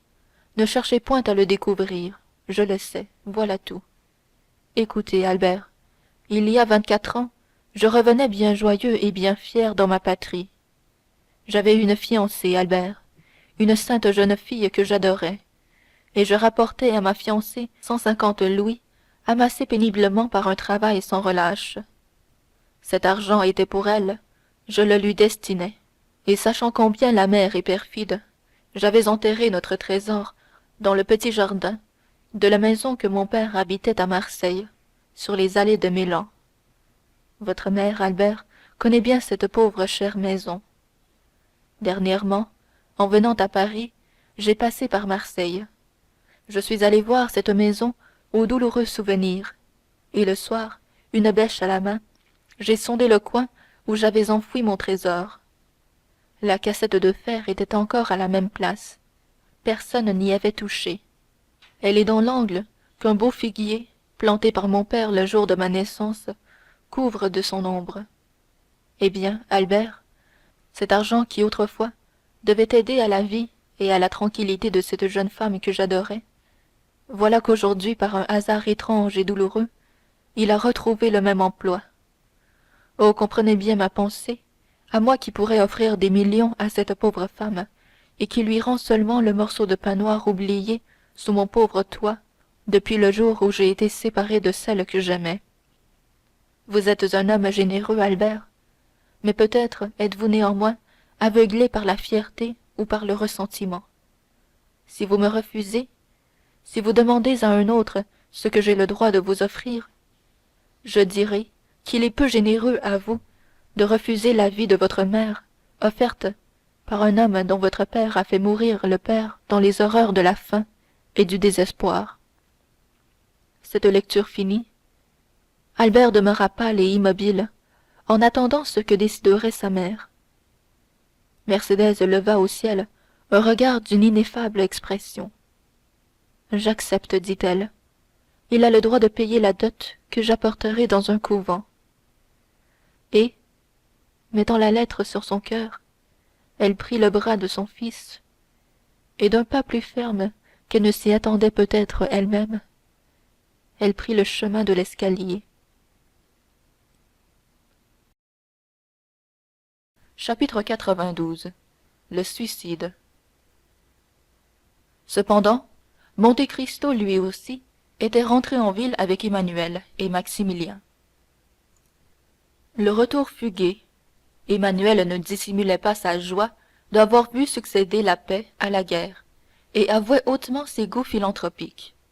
Morrel, dans un coin de la voiture, laissait la gaieté de son beau-frère s'évaporer en paroles, et gardait pour lui une joie tout aussi sincère, mais qui brillait seulement dans ses regards. À la barrière du trône, on rencontra Bertuccio. Il attendait là, immobile comme une sentinelle à son poste. Monte Cristo passa la tête par la portière, échangea avec lui quelques paroles à voix basse, et l'intendant disparut. Monsieur le comte, dit Emmanuel, en arrivant à la hauteur de la place royale, faites-moi jeter, je vous prie, à ma porte, afin que ma femme ne puisse avoir un seul moment d'inquiétude, ni pour vous, ni pour moi.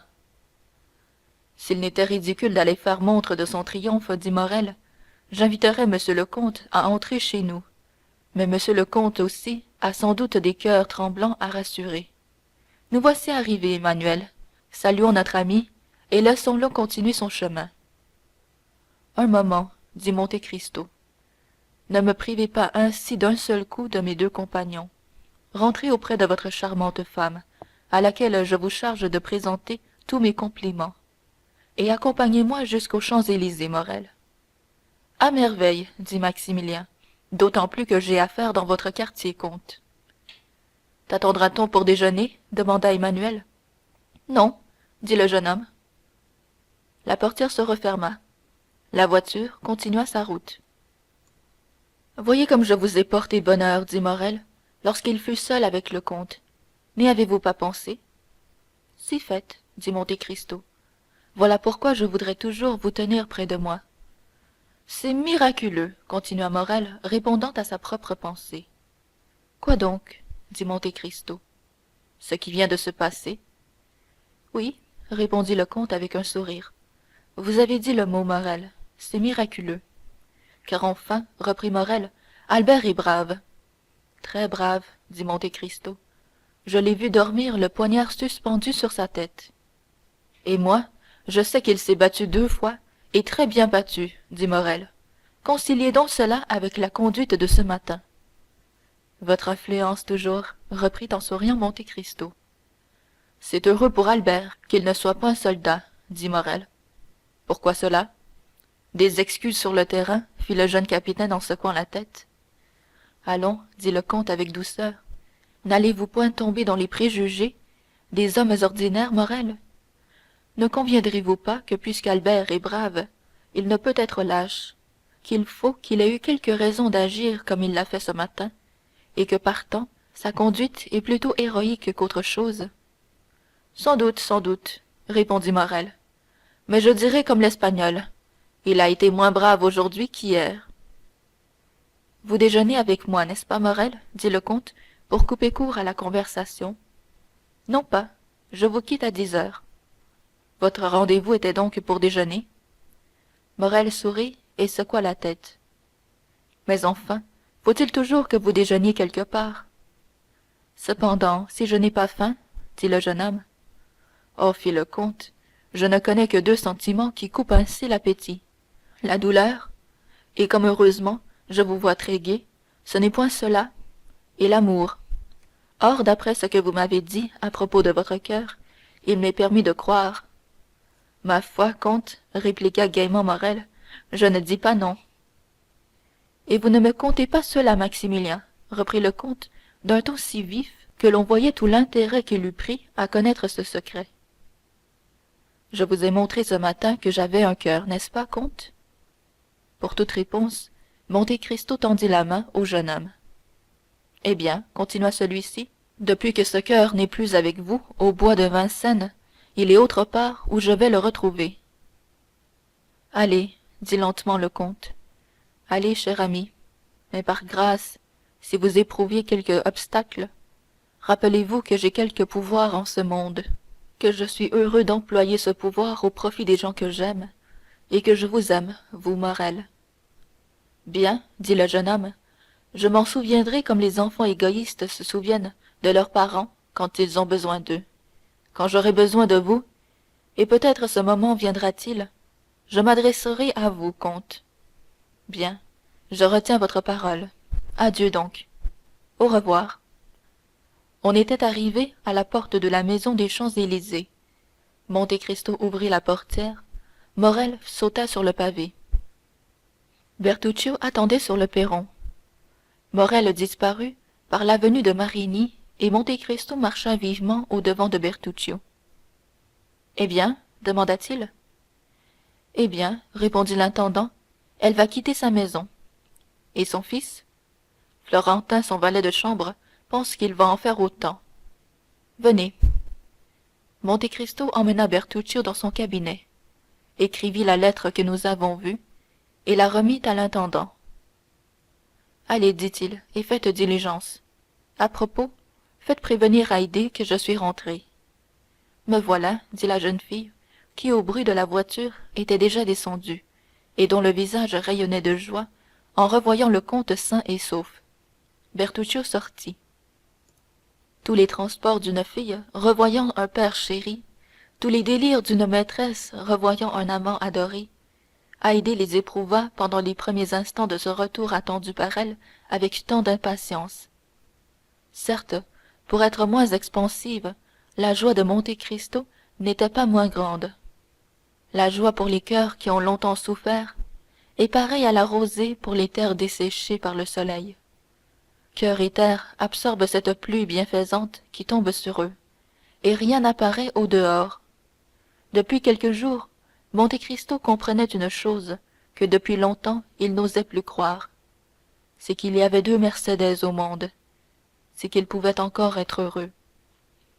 Son œil ardent de bonheur se plongeait avidement dans les regards humides d'Haydée, quand tout à coup la porte s'ouvrit. Le comte fronça le sourcil. Monsieur de Morcerf, dit Baptistin, comme si ce mot seul renfermait son excuse. En effet, le visage du comte s'éclaira. Lequel? Demanda-t-il. Le vicomte ou le comte? Le comte. Mon Dieu, s'écria Haydée, n'est-ce donc point fini encore? Je ne sais si c'est fini, mon enfant bien-aimé, dit Monte Cristo en prenant les mains de la jeune fille, mais ce que je sais, c'est que tu n'as rien à craindre. Oh, c'est cependant le misérable! Cet homme ne peut rien sur moi, Haydée, dit Monte Cristo. C'est quand j'avais affaire à son fils qu'il fallait craindre. Aussi, ce que j'ai souffert, dit la jeune fille, tu ne le sauras jamais, monseigneur. Monte Cristo sourit. Par la tombe de mon père, dit Monte Cristo, en étendant la main sur la tête de la jeune fille, je te jure que s'il arrive malheur, ce ne sera point à moi. Je te crois, monseigneur. Comme si Dieu me parlait, dit la jeune fille en présentant son front au comte. Monte Cristo déposa sur ce front si pur et si beau un baiser qui fit battre à la fois deux cœurs, l'un avec violence, l'autre sourdement. Oh mon Dieu, murmura le comte, permettriez-vous donc que je puisse aimer encore? Faites entrer monsieur le comte de Morcerf au salon, dit-il à Baptistin, tout en conduisant la belle grecque vers un escalier dérobé. Un mot d'explication sur cette visite, attendue peut-être de Monte Cristo, mais inattendue sans doute pour nos lecteurs. Tandis que Mercédès, comme nous l'avons dit, faisait chez elle l'espèce d'inventaire qu'Albert avait fait chez lui, tandis qu'elle classait ses bijoux, fermait ses tiroirs, réunissait ses clefs, afin de laisser toutes choses dans un ordre parfait, elle ne s'était pas aperçue qu'une tête pâle et sinistre était venu apparaître au vitrage d'une porte qui laissait entrer le jour dans le corridor. De là, non seulement on pouvait voir, mais on pouvait entendre. Celui qui regardait ainsi, selon toute probabilité, sans être vu ni entendu, vit donc et entendit donc tout ce qui se passait chez mme de Morcerf. De cette porte vitrée, l'homme au visage pâle se transporta dans la chambre à coucher du comte de Morcerf, et arrivé là, souleva d'une main contractée le rideau d'une fenêtre donnant sur la cour. Il resta là 10 minutes, ainsi immobile, muet, écoutant les battements de son propre cœur. Pour lui, c'était bien long, 10 minutes. Ce fut alors qu'Albert, revenant de son rendez-vous, aperçut son père, qui guettait son retour derrière un rideau, et détourna la tête. L'œil du comte se dilata. Il savait que l'insulte d'Albert à Monte Cristo avait été terrible, qu'une pareille insulte, dans tous les pays du monde, entraînait un duel à mort. Or, Albert rentrait sain et sauf. Donc le comte était vengé. Un éclair de joie indicible illumina ce visage lugubre, comme fait un dernier rayon de soleil avant de se perdre dans les nuages qui semblent moins sa couche que son tombeau. Mais nous l'avons dit, il attendit en vain que le jeune homme montât à son appartement pour lui rendre compte de son triomphe. Que son fils, avant de combattre, n'ait pas voulu voir le père dont il allait venger l'honneur, cela se comprend. Mais l'honneur du père vengé, pourquoi ce fils ne venait-il point se jeter dans ses bras? Ce fut alors que le comte, ne pouvant voir Albert, envoya chercher son domestique. On sait qu'Albert l'avait autorisé à ne rien cacher au comte. 10 minutes après, on vit apparaître sur le perron le général de Morcerf, vêtu d'une redingote noire, ayant un col militaire, un pantalon noir, des gants noirs. Il avait donné, à ce qu'il paraît, des ordres antérieurs, car à peine eut-il touché le dernier degré du perron que sa voiture tout attelée sortit de la remise et vint s'arrêter devant lui. Son valet de chambre vint alors jeter dans la voiture un caban militaire, raidi par les 2 épées qui l'enveloppaient. Puis, fermant la portière, il s'assit près du cocher. Le cocher se pencha devant la calèche pour demander l'ordre. Aux Champs-Élysées, dit le général, chez le comte de Monte Cristo. Vite. Les chevaux bondirent sous le coup de fouet qui les enveloppa. 5 minutes après, ils s'arrêtèrent devant la maison du comte. M. de Morcerf ouvrit lui-même la portière, et la voiture roulant encore, il sauta comme un jeune homme dans la contre-allée, sonna et disparut dans la porte béante avec son domestique.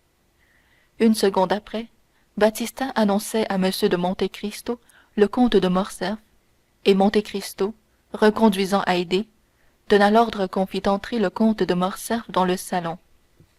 Le général arpentait pour la 3e fois le salon dans toute sa longueur, lorsqu'en se retournant, il aperçut Monte Cristo debout sur le seuil. Et c'est monsieur de Morcerf, dit tranquillement Monte Cristo. Je croyais avoir mal entendu. Oui, c'est moi-même, dit le comte, avec une effroyable contraction des lèvres qui l'empêchait d'articuler nettement. Il ne me reste donc qu'à savoir maintenant, dit Monte Cristo, la cause qui me procure le plaisir de voir monsieur le comte de Morcerf de si bonne heure. Vous avez eu ce matin une rencontre avec mon fils, monsieur, dit le général. Vous savez cela, répondit le comte. Et je sais aussi que mon fils avait de bonnes raisons pour désirer se battre contre vous et faire tout ce qu'il pourrait pour vous tuer. En effet, monsieur, il en avait de fort bonnes. Mais vous voyez que, malgré ces raisons-là, il ne m'a pas tué, et même qu'il ne s'est pas battu. Et cependant, il vous regardait comme la cause du déshonneur de son père, comme la cause de la ruine effroyable qui, en ce moment, accable ma maison. C'est vrai, monsieur, dit Monte Cristo avec son calme terrible. Cause secondaire, par exemple, et non principale. Sans doute vous lui avez fait quelque excuse ou donné quelque explication. Je ne lui ai donné aucune explication, et c'est lui qui m'a fait des excuses. Mais à quoi attribuez-vous cette conduite? À la conviction, probablement, qu'il y avait dans tout ceci un homme plus coupable que moi. Et quel était cet homme? Son père. Soit, dit le comte en pâlissant, mais vous savez que le coupable n'aime pas à s'entendre convaincre de culpabilité. Je sais. Aussi je m'attendais à ce qui arrive en ce moment. Vous vous attendiez à ce que mon fils fût un lâche, s'écria le comte. Monsieur Albert de Morcerf n'est point un lâche, dit Monte Cristo. Un homme qui tient à la main une épée, un homme qui, à la portée de cette épée, tient un ennemi mortel, cet homme, s'il ne se bat pas, est un lâche. Que n'est-il ici pour que je le lui dise? Monsieur, reprit froidement Monte Cristo, je ne présume pas que vous soyez venu me trouver pour me conter vos petites affaires de famille. Allez dire cela à monsieur Albert. Peut-être saura-t-il que vous répondre. Oh non, non, répliqua le général, avec un sourire aussitôt disparu qu'éclos. Non, vous avez raison. Je ne suis pas venu pour cela. Je suis venu pour vous dire que, moi aussi, je vous regarde comme mon ennemi. Je suis venu pour vous dire que je vous hais d'instinct, qu'il me semble que je vous ai toujours connu, toujours haï, et qu'enfin, puisque les jeunes gens de ce siècle ne se battent plus, c'est à nous de nous battre. Est-ce votre avis, monsieur? Parfaitement. Aussi, quand je vous ai dit que j'avais prévu ce qui m'arriverait, c'est de l'honneur de votre visite que je voulais parler. Tant mieux. Vos préparatifs sont faits alors? Ils le sont toujours, monsieur. Vous savez que nous nous battrons jusqu'à la mort de l'un de nous deux, dit le général, les dents serrées par la rage. Jusqu'à la mort de l'un de nous deux, répéta le comte de Monte Cristo en faisant un léger mouvement de tête de haut en bas. Partons alors, nous n'avons pas besoin de témoins. En effet, dit Monte Cristo. C'est inutile, nous nous connaissons si bien. Au contraire, dit le comte, c'est que nous ne nous connaissons pas. Bah, dit Monte Cristo, avec le même flegme désespérant. Voyons un peu. N'êtes-vous pas le soldat Fernand qui a déserté la veille de la bataille de Waterloo? N'êtes-vous pas le lieutenant Fernand qui a servi de guide et d'espion à l'armée française en Espagne? N'êtes-vous pas le colonel Fernand qui a trahi, vendu, assassiné son bienfaiteur Ali? Et tous ces Fernands-là réunis, n'ont-ils pas fait le lieutenant général comte de Morcerf, pair de France? Oh, s'écria le général, frappé par ces paroles comme par un fer rouge. Oh, misérable, qui me reproche ma honte au moment peut-être où tu vas me tuer. Non, je n'ai point dit que je t'étais inconnu. Je sais bien, démon, que tu as pénétré dans la nuit du passé, et que tu y as lu, à la lueur de quel flambeau, je l'ignore, chaque page de ma vie. Mais peut-être y a-t-il encore plus d'honneur en moi, dans mon opprobre, qu'en toi, sous tes dehors pompeux. Non, non, je te suis connu, je le sais, mais c'est toi que je ne connais pas. Aventurier cousu d'or et de pierreries, tu t'es fait appeler à Paris le comte de Monte Cristo, en Italie Simbad le marin, à Malte, que sais-je. Moi, je l'ai oublié, mais c'est ton nom réel que je te demande. C'est ton vrai nom que je veux savoir, au milieu de tes 100 noms, afin que je le prononce sur le terrain du combat au moment où je t'enfoncerai mon épée dans le cœur. Le comte de Monte Cristo pâlit d'une façon terrible. Son œil fauve s'embrasa d'un feu dévorant. Il fit un bond vers le cabinet, attenant à sa chambre, et en moins d'une seconde, arrachant sa cravate, sa redingote et son gilet, il endossa une petite veste de marin et se coiffa d'un chapeau de matelot sous lequel se déroulèrent ses longs cheveux noirs. Il revint ainsi, effrayant, implacable, marchant les bras croisés au-devant du général qui n'avait rien compris à sa disparition, qui l'attendait, et qui, sentant ses dents claquer et ses jambes se dérober sous lui, recula d'un pas et ne s'arrêta qu'en trouvant sur une table un point d'appui pour sa main crispée. Fernand, lui cria-t-il, de mes 100 noms, je n'aurais besoin de t'en dire qu'un seul pour te foudroyer. Mais ce nom, tu le devines, n'est-ce pas? Ou plutôt tu te le rappelles? Car malgré tous mes chagrins, toutes mes tortures, je te montre aujourd'hui un visage que le bonheur de la vengeance rajeunit, un visage que tu dois avoir vu bien souvent dans tes rêves depuis ton mariage, avec Mercédès, ma fiancée. Le général, la tête renversée en arrière, les mains étendues, le regard fixe, dévora en silence ce terrible spectacle. Puis, allant chercher la muraille comme point d'appui, il s'y glissa lentement jusqu'à la porte par laquelle il sortit à reculons, en laissant échapper ce seul cri lugubre, lamentable, déchirant. Edmond Dantès. Puis, avec des soupirs qui n'avaient rien d'humain, il se traîna jusqu'au péristyle de la maison, traversa la cour en homme ivre, et tomba dans les bras de son valet de chambre en murmurant seulement d'une voix inintelligible: à l'hôtel, à l'hôtel. En chemin, l'air frais et la honte que lui causait l'attention de ces gens le remirent en état d'assembler ses idées. Mais le trajet fut court, et, à mesure qu'il se rapprochait de chez lui, le comte sentait se renouveler toutes les douleurs. À quelques pas de la maison, le comte fit arrêter et descendit. La porte de l'hôtel était toute grande ouverte. Un fiacre, tout surpris d'être appelé dans cette magnifique demeure, stationnait au milieu de la cour. Le comte regarda ce fiacre avec effroi, mais sans oser interroger personne, et s'élança dans son appartement. Deux personnes descendaient l'escalier. Il n'eut que le temps de se jeter dans un cabinet pour les éviter. C'était Mercédès, appuyée au bras de son fils, qui tous deux quittaient l'hôtel. Ils passèrent à deux lignes du malheureux, qui, caché derrière la porte de Damas, fut effleuré en quelque sorte par la robe de soie de Mercédès, et qui sentit à son visage la tiède haleine de ces paroles prononcées par son fils. Du courage, ma mère. Venez, venez, nous ne sommes plus ici chez nous. Les paroles s'éteignirent, les pas s'éloignèrent. Le général se redressa, suspendu par ses mains crispées au rideau de Damas. Il comprimait le plus horrible sanglot qui fût jamais sorti de la poitrine d'un père, abandonné à la fois par sa femme et par son fils.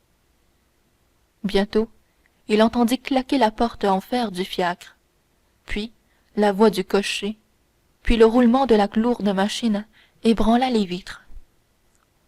Alors, il s'élança dans sa chambre à coucher pour voir encore une fois tout ce qu'il avait aimé dans le monde.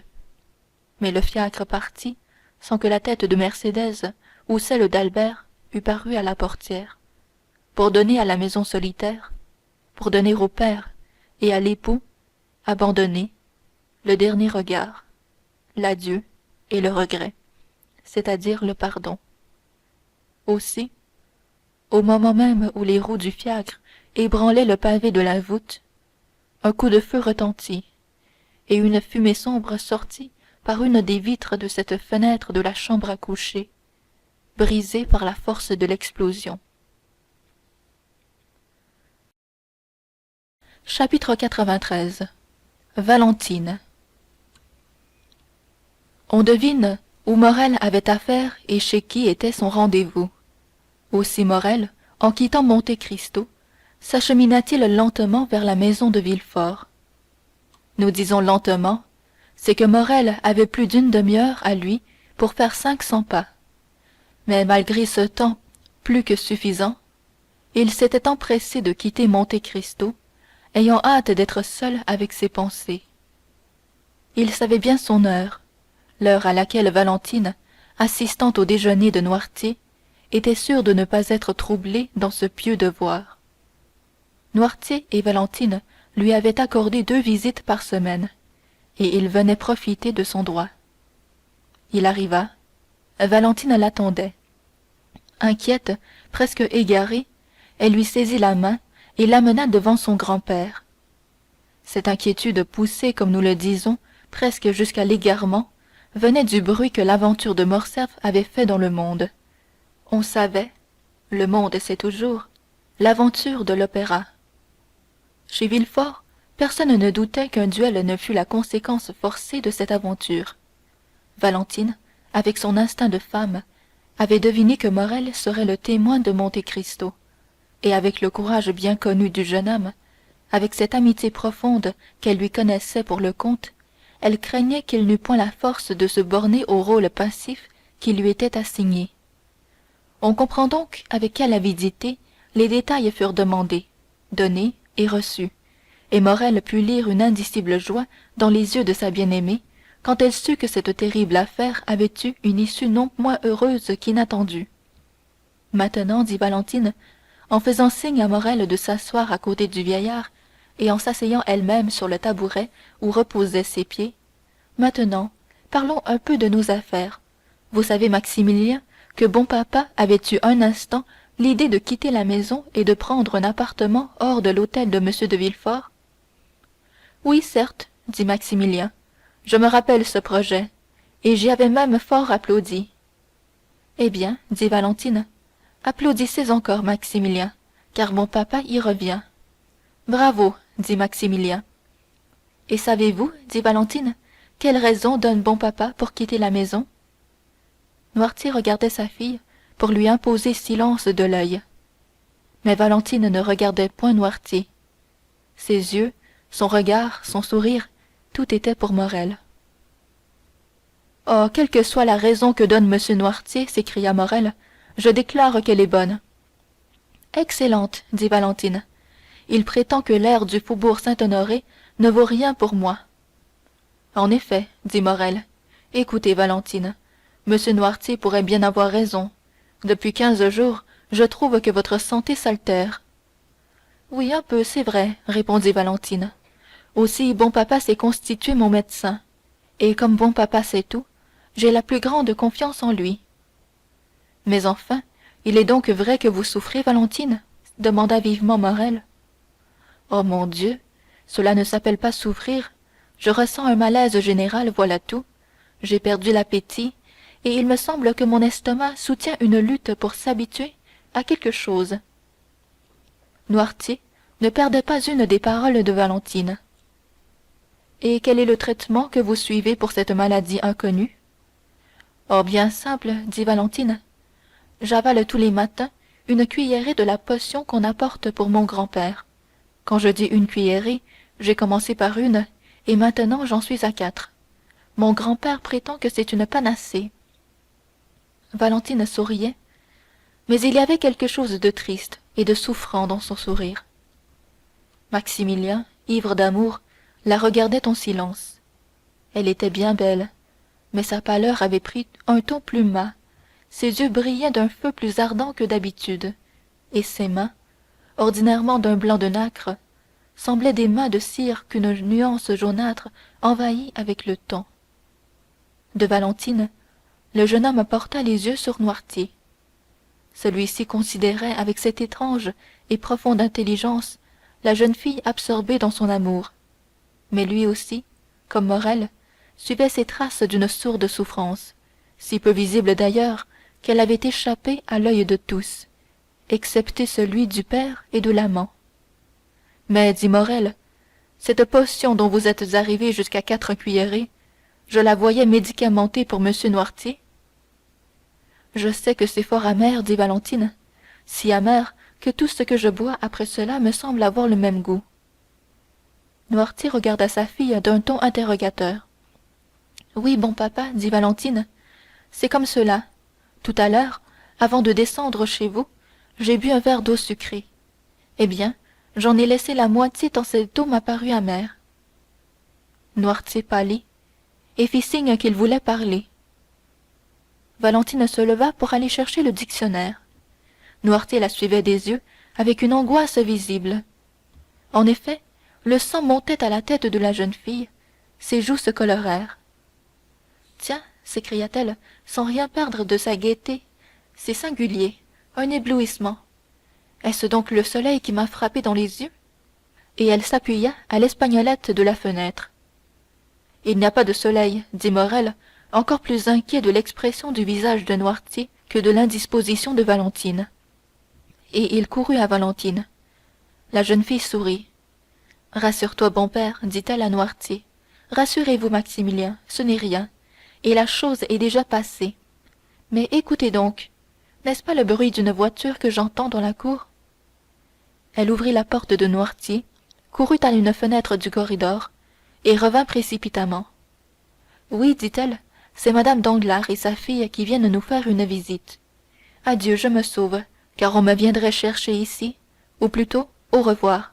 Restez près de bon papa, monsieur Maximilien. Je vous promets de ne pas les retenir. Morrel la suivit des yeux, la vit refermer la porte, et l'entendit monter le petit escalier qui conduisait à la fois chez Madame de Villefort et chez elle. Dès qu'elle eut disparu, Noirtier fit un signe à Morrel de prendre le dictionnaire. Morrel obéit. Il s'était, guidé par Valentine, promptement habitué à comprendre le vieillard. Cependant, quelque habitude qu'il eût, et comme il fallait passer en revue une partie des 24 lettres de l'alphabet, et trouver chaque mot dans le dictionnaire, ce ne fut qu'au bout de 10 minutes que la pensée du vieillard fut traduite par ces paroles. Cherchez le verre d'eau et la carafe qui sont dans la chambre de Valentine. Morrel sonna aussitôt le domestique qui avait remplacé Barrois, et au nom de Noirtier lui donna cet ordre. Le domestique revint un instant après. La carafe et le verre étaient entièrement vides. Noirtier fit signe qu'il voulait parler. Pourquoi le verre et la carafe sont-ils vides demanda-t-il. Valentine a dit qu'elle n'avait bu que la moitié du verre. La traduction de cette nouvelle demande prit encore 5 minutes. Je ne sais, dit le domestique, mais la femme de chambre est dans l'appartement de mademoiselle Valentine. C'est peut-être elle qui les a vidés. Demandez-le lui, dit Morrel, traduisant cette fois la pensée de Noirtier par le regard. Le domestique sortit et presque aussitôt rentra. Mademoiselle Valentine a passé par sa chambre pour se rendre dans celle de madame de Villefort, dit-il, et en passant, comme elle avait soif, elle a bu ce qui restait dans le verre. Quant à la carafe, monsieur Édouard l'a vidée pour faire un étang à ses canards. Noirtier leva les yeux au ciel comme fait un joueur qui joue sur un coup tout ce qu'il possède. Dès lors, les yeux du vieillard se fixèrent sur la porte et ne quittèrent plus cette direction. C'était en effet Mme Danglars et sa fille que Valentine avait vues. On les avait conduites à la chambre de Mme de Villefort, qui avait dit qu'elle recevrait chez elle. Voilà pourquoi Valentine avait passé par son appartement, sa chambre étant de plain-pied avec celle de sa belle-mère, et les deux chambres n'étant séparées que par celle d'Édouard. Les deux femmes entrèrent au salon avec cette espèce de raideur officielle qui fait présager une communication. Entre gens du même monde, une nuance est bientôt saisie. Mme de Villefort répondit à cette solennité par de la solennité. En ce moment, Valentine entra, et les révérences recommencèrent. Cher ami, dit la baronne, tandis que les deux jeunes filles se prenaient les mains, je venais avec Eugénie vous annoncer la première, le très prochain mariage de ma fille avec le prince Cavalcanti. Danglars avait maintenu le titre de prince. Le banquier populaire avait trouvé que cela faisait mieux que comte. Alors, permettez que je vous fasse mes sincères compliments, répondit mme de Villefort. Monsieur le prince Cavalcanti paraît un jeune homme plein de rares qualités. Écoutez, dit la baronne en souriant, si nous parlons comme deux amis, je dois vous dire que le prince ne nous paraît pas encore être ce qu'il sera. Il en a lui un peu de cette étrangeté qui nous fait, à nous autres Français, reconnaître du premier coup d'œil un gentilhomme italien ou allemand. Cependant, il annonce un fort bon cœur, beaucoup de finesse d'esprit, et quant aux convenances, M. Danglars prétend que la fortune est majestueuse. C'est son mot. Et puis, dit Eugénie, en feuilletant l'album de mme de Villefort, ajoutez, madame, que vous avez une inclination toute particulière pour ce jeune homme. Et, dit mme de Villefort, je n'ai pas besoin de vous demander si vous partagez cette inclination. Moi, répondit Eugénie avec son aplomb ordinaire. Oh, pas le moins du monde, madame. Ma vocation à moi n'était pas de m'enchaîner aux soins d'un ménage ou aux caprices d'un homme, quel qu'il fût. Ma vocation était d'être artiste et libre par conséquent de mon cœur, de ma personne et de ma pensée. Eugénie prononça ces paroles avec un accent si vibrant et si ferme que le rouge en monta au visage de Valentine. La craintive jeune fille ne pouvait comprendre cette nature vigoureuse qui semblait n'avoir aucune des timidités de la femme. Au reste, continua-t-elle, puisque je suis destinée à être mariée, bon gré mal gré, je dois remercier la Providence qui m'a du moins procuré les dédains de M. Albert de Morcerf. Sans cette Providence, je serais aujourd'hui la femme d'un homme perdu d'honneur. C'est pourtant vrai, dit la baronne, avec cette étrange naïveté que l'on trouve quelquefois chez les grandes dames, et que les fréquentations roturières ne peuvent leur faire perdre tout à fait. C'est pourtant vrai. Sans cette hésitation des Morcerf, ma fille épousait ce monsieur Albert. Le général y tenait beaucoup. Il était même venu pour forcer la main à monsieur Danglars. Nous l'avons échappé belle. Mais, dit timidement Valentine, est-ce que toute cette honte du père rejaillit sur le fils? Monsieur Albert me semble bien innocent de toutes ces trahisons du général. Pardon, cher ami, dit l'implacable jeune fille. Monsieur Albert en réclame et en mérite sa part. Il paraît qu'après avoir provoqué hier monsieur de Monte Cristo à l'opéra, il lui a fait aujourd'hui des excuses sur le terrain. Impossible, dit Madame de Villefort. Ah, cher ami, dit Madame Danglars, avec cette même naïveté que nous avons déjà signalée, la chose est certaine. Je le sais de monsieur Debray, qui était présent à l'explication. Valentine aussi savait la vérité, mais elle ne répondait pas. Repoussée par un mot dans ses souvenirs, elle se retrouvait en pensée dans la chambre de Noirtier, où l'attendait Morrel. Plongée dans cette espèce de contemplation intérieure, Valentine avait depuis un instant cessé de prendre part à la conversation. Il lui eût même été impossible de répéter ce qui avait été dit depuis quelques minutes, quand tout à coup la main de Mme Danglars, en s'appuyant sur son bras, l'attira de sa rêverie. Qu'y a-t-il, madame dit Valentine, en tressaillant au contact des doigts de Mme Danglars, comme elle eût tressailli à un contact électrique. Il y a, ma chère Valentine, dit la baronne, que vous souffrez sans doute. Moi, fit la jeune fille, en passant sa main sur son front brûlant. Oui, regardez-vous dans cette glace.